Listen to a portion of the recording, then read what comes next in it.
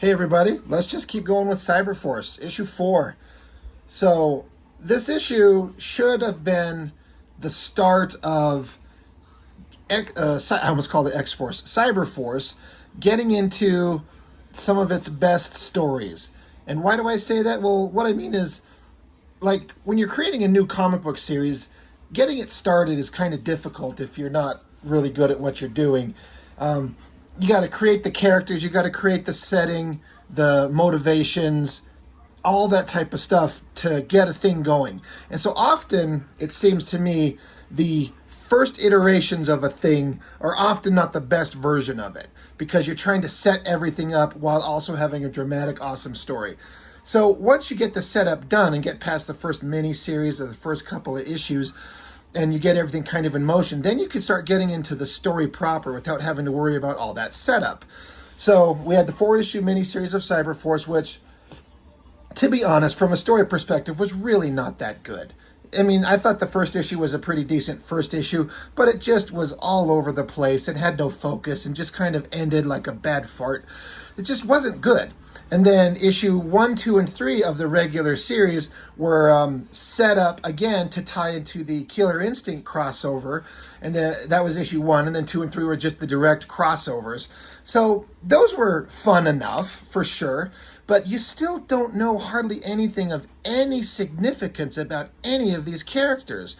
So this is where you should have the opportunity to take off and start getting into some fun stuff.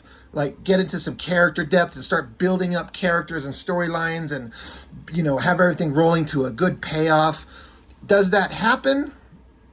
I don't know. I mean, none of this stuff was really very good. In my opinion, all that stuff I just described, like the setup, it kind of feels like everything that Silvestri was doing with Cyberforce was all like an unfocused setup, and it wasn't until he handed off the book to another writer, and I'm sorry, I can't remember who it was, but it's he handed off to whoever that writer was later on, and David Finch came along as the regular artist, and they introduced a really scary villain that the characters all had to face, and it was then when the book really kind of seemed to find its place, where I was like anxiously anticipating the next issue because of the story, not just because Mark Silvestri or someone awesome was drawing it.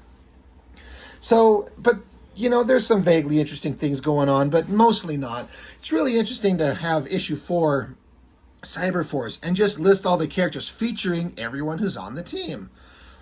Kind of weird, but okay.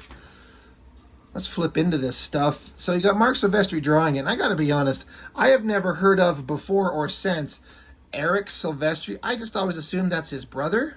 I mean, is that who that is? And he was plotting with Mark Silvestri on the original series, if I remember correctly, but now it's just this Eric Silvestri plot script. Okay,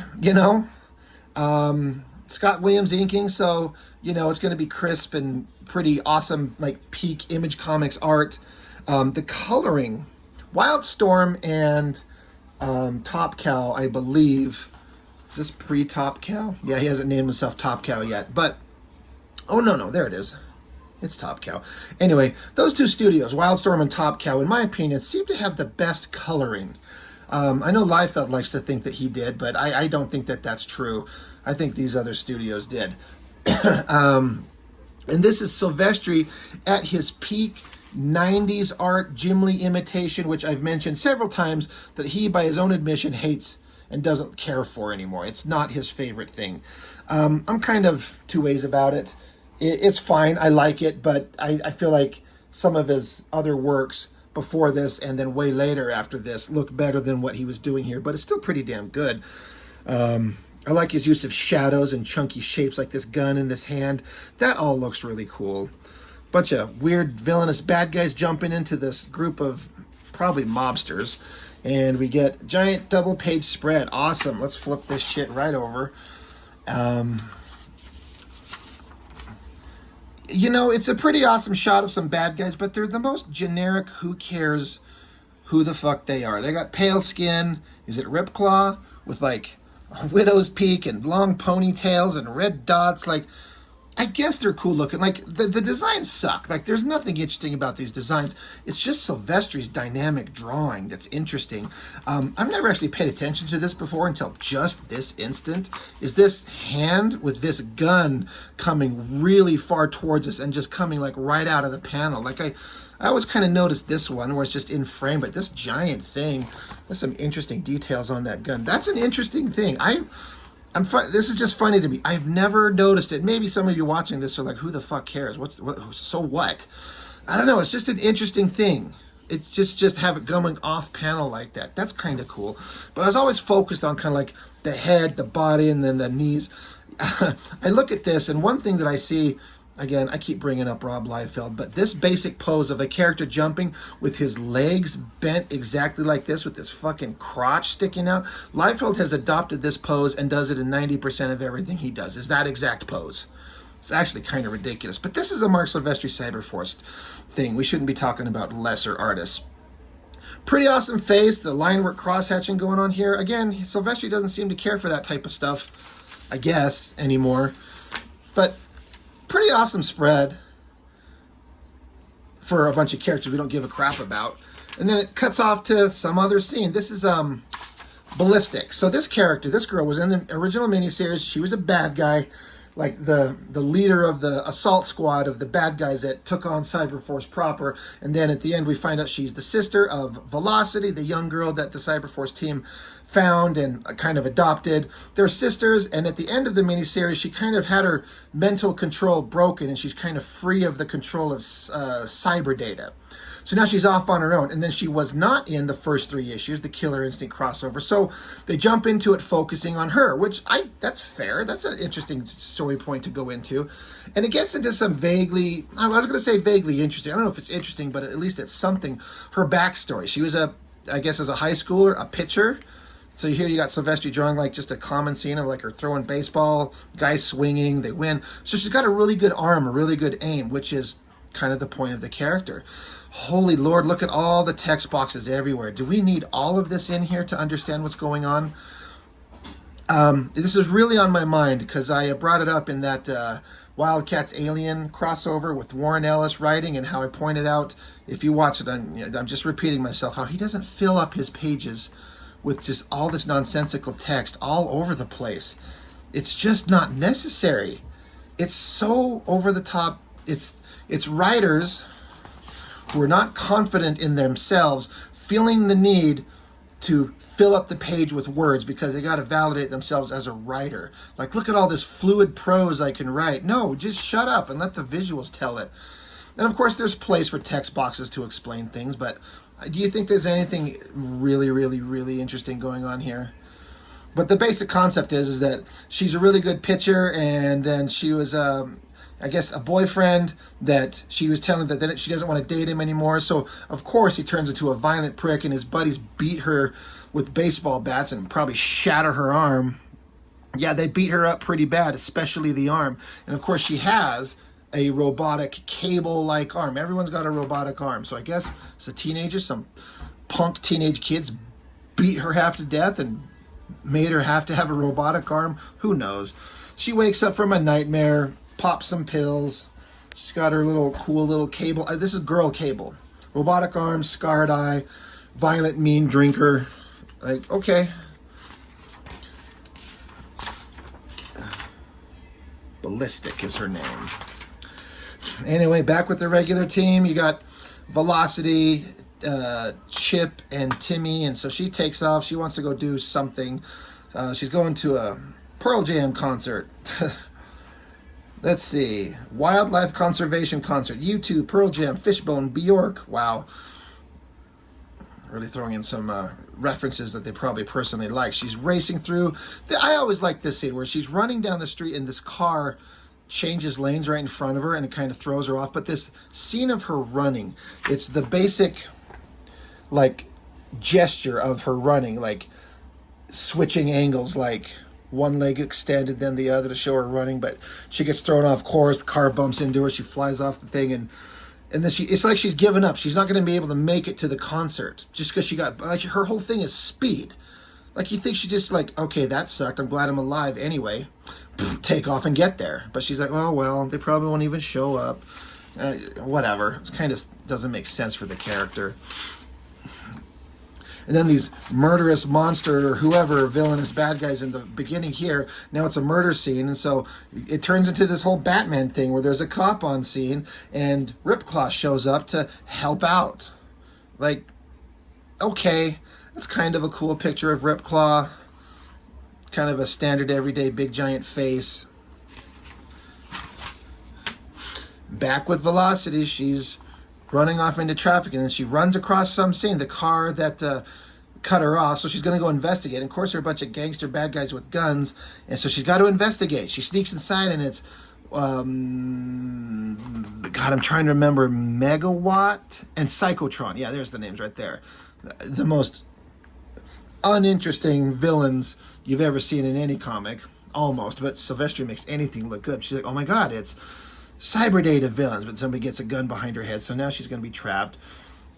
Meanwhile, person jumping through the city, it's like, oh, it's very much like Batman. It's ballistic. She's showing up to some gangster, hideout. She's got to jump in there and start some shit. Let's see. She says, hi guys, mind if I join you? How'd she get in here? Doesn't matter, she ain't getting out, not alive anyway. So of course she's got to flying jump and double kick to the face. That's pretty awesome, right? Silvestri's always going to make some exciting imagery, even if he's drawing shit he doesn't particularly care for. And she happens to know the guy who owns this penthouse or whatever. These are just hired muscle, so she knocks their freaking teeth out. That's fine. She's there for whatever reason. Who cares, right?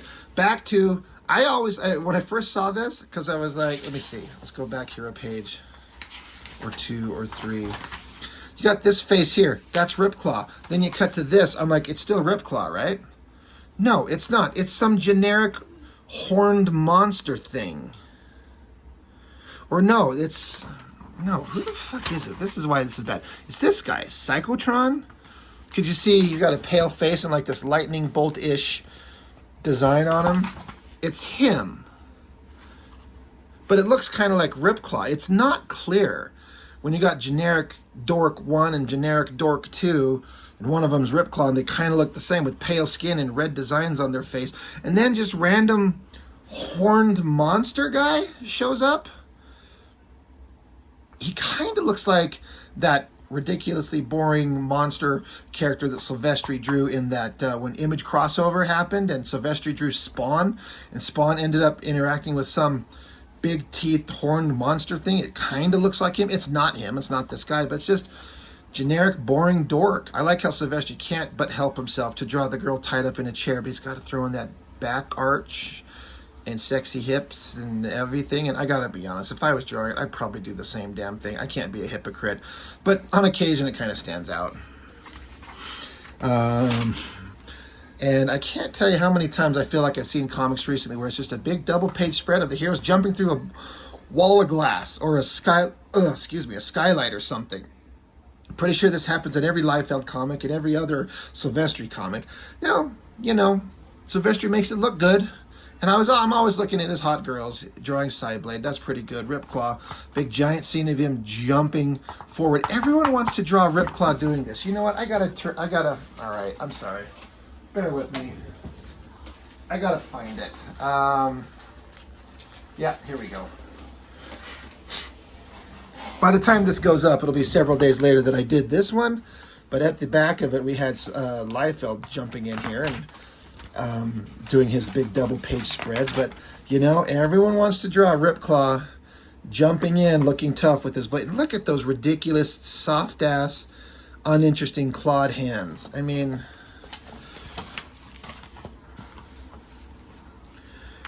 everyone's opinion is valid, but you tell me which one looks better. I guess this is a time where I don't know if I've brought this up. I've had this thought in my head.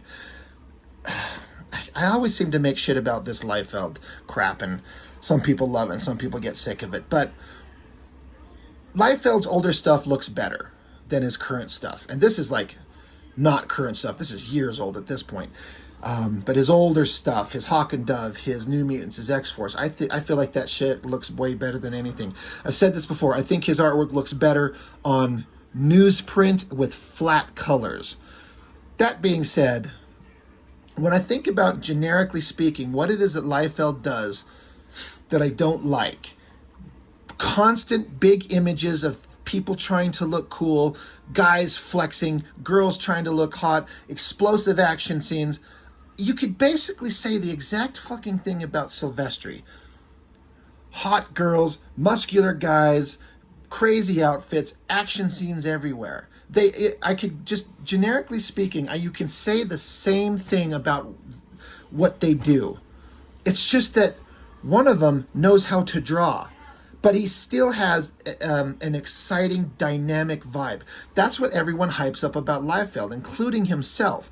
He's all about his page layouts and his dynamic, awesome energy. Sure. You know who does everything you do but better? It's Marc Silvestri. And Liefeld even admits Silvestri's the best artist out of all the original Image founders, and I 100% agree. I don't know if that makes any sense what I'm getting at. I'd be interested here if any of you have kind of an opinion, whether you agree or disagree. But the whole concept of all the stuff that Liefeld does, the action and dynamic layouts and the energy, everything that he does, I can attribute that to Silvestri in the exact same way. But Silvestri looks good. Liefeld's look like ass most of the time. This looks, I mean, just, I got to get off this. I couldn't help but want to put those together. Because to me, this is 1,000 times better than that. That is just boring. Anyway, I am sorry. I tend to get off in the weeds in my own nonsense. But one thing I can say, both of them are boring stories. There's nothing really of any substance going on. But at least it's visually incredible.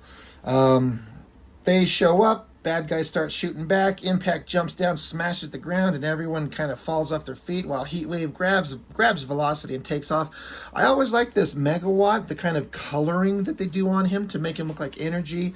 That's pretty cool. And he shoots what looks like multiple beams of lightning bolts. That's cool. You got Sideblade showing up. She's going to represent. She gets out her own little hand laser things, and Silvestri's going to take every opportunity to draw her sexy as shit, and I love it. She chops at him, I guess, but it doesn't do anything. And then this guy shows up, and he's going to start blasting, but then Heatwave comes up behind him and starts blasting. Here's another one. It's like everyone wants to draw the Ripclaw jumping into battle, claws out, ready to start ripping things to shreds. Do you know what's funny about that? Hold on.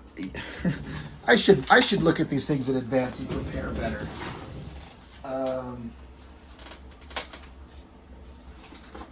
Wait 1 minute. Pause. Wait right there. This pose, because everything seems to stem from every Image Comics team book had a guy with blades, right? And how often did we see the same kind of ridiculous poses? But it all seems to stem from Jim Lee doing the most awesome version of Wolverine. I mean, isn't that essentially the same thing? I wish this was the original newsprint version. I actually do have it somewhere. These reprints, sometimes I think the newsprint looks better than this glossy thing. I mean, it looks clean and pretty, but just sometimes the newsprint looks better. But I've gone over that a million times. But every time I see something like this, I'm just like, it's just them doing a Jim Lee riff on what he did on Wolverine. I'm not saying Jim Lee was the first to kind of do this stuff with him, but in my brain, he's the one who popularized it to the level that everyone was just repeating it. Bladed guy jumping into battle, gritting his teeth, legs going in the background, knives coming forward. I gotta say, I like Jim Lee's better. There's nothing wrong with this, but it's just interesting to see these repeating themes going on all over the place. So Ripclaw jumps in, all this text going on about how these are like zombie clones by cyber data to just murder, and it just drives him nuts because it's an affront to life, and so he takes it as an honor to be able to rip their fucking guts out. Okay, if you say so, guys. And then this generic dork monster with horns just jumps into the scene screaming, and Impact just punches him and knocks him right the fuck out of the building. I thought that was an interesting way to solve a problem. These big strong guys should be invulnerable when they're that big, that strong, that dense. No one should be able to affect him, and he just knocks the guy right out. That's awesome. Megawatt and Psychotron are just taking off. We got to get out of here. The team did awesome. We're going to stand around and pose, look awesome. Looks like they were selling guns, and they're like, we got to look into this. I always like that shot of his face. That's pretty awesome. And then this is the one bit of dialogue that I've always remembered from this book that I thought was really cool. So we start with that murder scene from the first pages where Ripclaw showed up to do the whole Batman Jim Gordon thing, and the bad guys left this weird axe thing, and so he's holding on to it. And of course, there's this ridiculous text box stuff, and it's so stupid that this doesn't need to be there. Because why? Because the dialogue that these two are having explain everything you need to know, and I like it. So the cop guy saying to I almost called her Psylocke, because it practically is Psyblade, about Ripclaw. He's up here holding the weapon. There's lightning in the background. He's in a trance. So the cop is like, what's he doing up there anyway? And she says, well, it's a little difficult to explain. He says, try me. She says, he's getting psychic impressions from the murder weapon, but it's really more of a spiritual thing. And I really like that description. She's like, it's kind of talking about it from a scientific, as much as you can, point of view. It's psychic impressions, but it's more of a spiritual thing. I thought that was a really good way to describe what's going on. He's like, you don't really believe in that stuff, do you? She says, I believe Ripclaw has a very special gift. I really can't explain it, but whatever it is, it seems to work. Perfect dialogue explaining exactly what's going on in a way that feels believable. I like it. That is great. There's very little times that dialogue like that pops up in these books where it just feels perfect for the scene. And that, I've always remembered that ever since I read this years and years ago. Back to a freaking bar, fighting sound effects, and then it gets quiet, and then boom, somebody gets knocked out. You got Ballistic in here. She's beating the shit out of everybody. She's threatening everybody. She elbows a guy in the face, and she's talking hardball, and, I'm here to play hardball. She's being tough, and she's like, remember how good I used to be? You ain't seen nothing yet. Girl Cable's acted tough in a big, giant face shot. Not my favorite drawing he's done. I mean, can I do better? No. But it's fine. It's just kind of pointless. Kind of a waste of a page. I get it's supposed to be this oh my god, she's very serious, something important's going on. It doesn't carry the weight that I think that they think it does. It's not that important. It's not that dramatic. It's fine. Pretty awesome picture of Shadowhawk by I think that's Sienkiewicz, I believe, or no, or is that Texaria? Doesn't say. I bet you that's Tex. If you know, comment, tell me. Letters pages, pretty generic stuff. People reading it, loving it, and then responding. Kill Cat, man, that character was funny in Savage Dragon. I got to get into that book more. I got to go find my first issues of that regular series run. Violator, written by Alan Moore. That was interesting only in as much as because Alan Moore, I think he's writing that shit, and like I've said before, I don't think he gave a fuck. He did not care. He's like, I'm going to write the most ridiculous shit, but he always throws in humor. And it's funny. And I remember there being legitimately funny things going on in that. That's not a bad Bart Sears drawing. It's kind of fine. Kind of digging it. God, original art by Mark Silvestri. I wonder what he was selling pages for at this time. Because the market now for original artwork, especially from these guys, is unbelievably ridiculous. And Codename Strikeforce. That's another one I never picked up because at the time I thought Brandon Peterson was terrible. And I still think he is at this era. He's incredible now. He's been really good for a long time. But this original version of him, it just looks like a less evolved, poor version of Silvestri, incorporating the line work that he likes to do without the drawing understanding that Silvestri has. It's just not good, so I never picked it up because I gotta love the artwork, especially as an artist myself. It stands out to me. It's fine, but not enough to make me want to pick it up. Anyway, blah, blah, blah. Cyberforce number 4.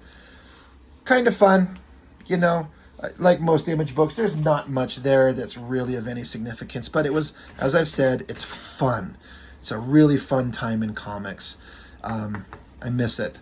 Every time I come home, my path to drive to work and from home, I drive right by a comic store that I go to, but it's just not the same. I remember I'd walk in every day, you know, Wednesdays, and there's the shelves with the new books, and you can't wait to, like, oh my god, this, and this. Or back when I was a kid, went to this local drugstore, Bullock Drug in southern Utah, the town I grew up in. There was a spinner rack, and you'd just walk in, you just spin the thing, and like, oh, awesome. Just comics were just plentiful, and a big variety, and really well done, in my opinion. It really felt like they're just not the same anymore. And every time I drive by that comic shop, I'm like, I should stop and pick up what I've got in my holds, which is Savage Dragon and the last remaining issue of the Batman Joker by Silvestri, ironically. But I'm just not excited by him anymore. There are some things I am excited by. More books by indie creators. I picked up a couple books. I've got some Kickstarters coming in. I ordered a book from... I got some books from Ray Dillon and Renee DeLise. I can't wait to show those. If you don't know those names, you should know them. We're going to go over those really soon. They're great books by indie creators. I don't know. I'm just kind of wandering off in my brain here. Just remembering when comics were fun.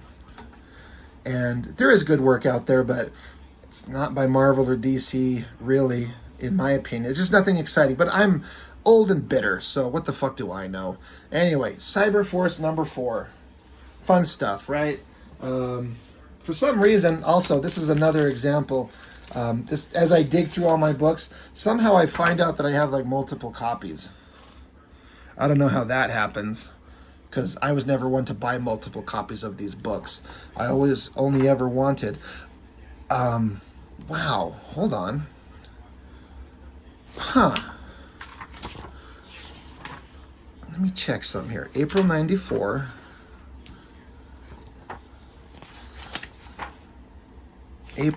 Sorry, I'm glad I brought this up. I was going to comment on this one. I never know how well it shows up on screen. This is like regular newsprint. Now, it's a nice newsprint. It's printing pretty vibrant for what you can get on newsprint. It looks pretty good. But for some reason in the universe, this book, which is the same thing, it's printed on a slick, glossy paper. Like, let me see if I can't get these. I mean, just look at the difference in the colors. Holy shit. I'm sorry, we're going to spend a half a second on this. I don't know why I have 2 copies. I really don't. I don't know. Maybe one of these was my brother's and he brought it over. I don't know why. But can you see? You have to be able to see the difference in those colors. I'm trying to put these together on screen. That is really... Why the hell would they do 2 different versions? Like, this is a newsprint. It looked fine, but I was going to say it looked dull. And I thought that at this point they were printing their books, Image Comics especially, Top Cow and Silvestri, on this bright, vibrant paper. Now, I've talked so much about how I think newsprint looks better, but there's a case to be made when, like, look at the way those colors are just more vibrant. Especially, like, on this face. God, this is really interesting. God, it makes me want to, like, find some of the better pages.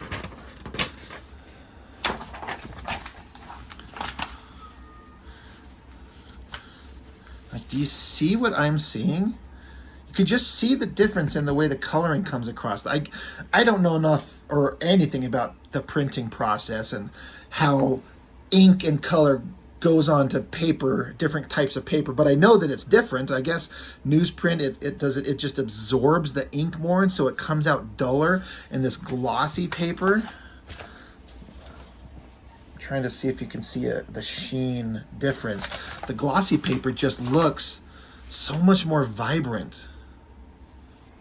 That's really interesting. I'm sorry. This is just fascinating to me. This is 100% not planned, but now we're going to just go through it. Look at I'm just going to keep repeating the difference in those vibrant colors. For as much as I go on about newsprint, I think newsprint also looks better with more flat colors.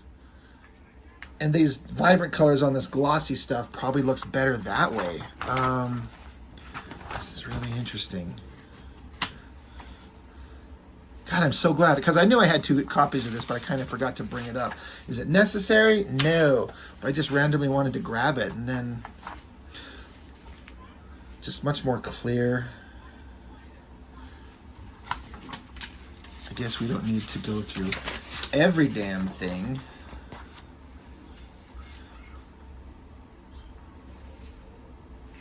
Let's see. Let's look at the big giant double page spread. How well can I get both of these on panel here? Wow, I'm just shocked at the difference in those colors. Really interesting. So if you're out there and you're a longtime fan of comics, can you tell me why one issue would be duller newsprint and the other is bright, vibrant, glossy paper? Like even this one where I was talking about this face where I couldn't really tell who the fuck it was, it's a little bit more clear here. There seems to be like a lot lost through here and a little bit more clear here. Look at the difference in the background tones on those 2 panels. Let's look at the big double page spreads.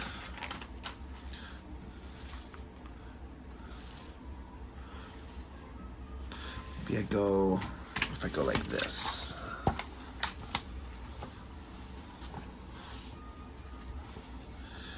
Very interesting. The metallic sheens are coming through a lot clearer. Let's look at our Wolverine ripoff pose. Really interesting. So anyway, yeah, just random, like, it's another big difference in color vibrance. Look at that. Holy shit, that is so different.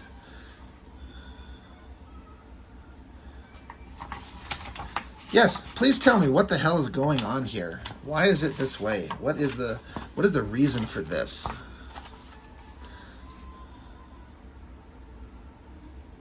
It's interesting to see how these reproduce. Let's check out the big screamy last face.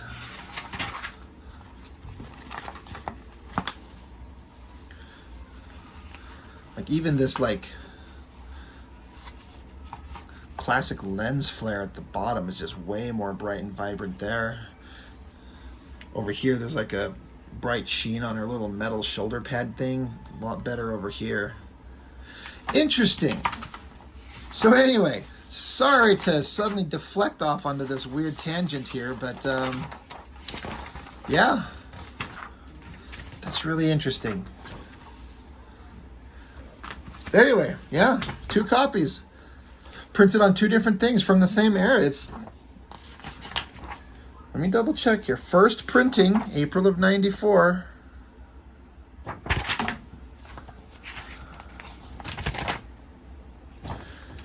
First printing, April of '94. Why do they do that? Newsprint versus glossy paper. Weird. If anybody has an answer to that, please respond. Please let me know. I would like to know anything you have to add to that. Anyway, I guess that's all I've got for now. So as always, thank you very, very much for joining me, watching this, listening to my obnoxious voice and my potty mouth and my stupid observations and me being just a nerd and a dork. It means a lot to me for those of you that are tagging along. So that's all I've got for now. Thank you, and I'll see you next time.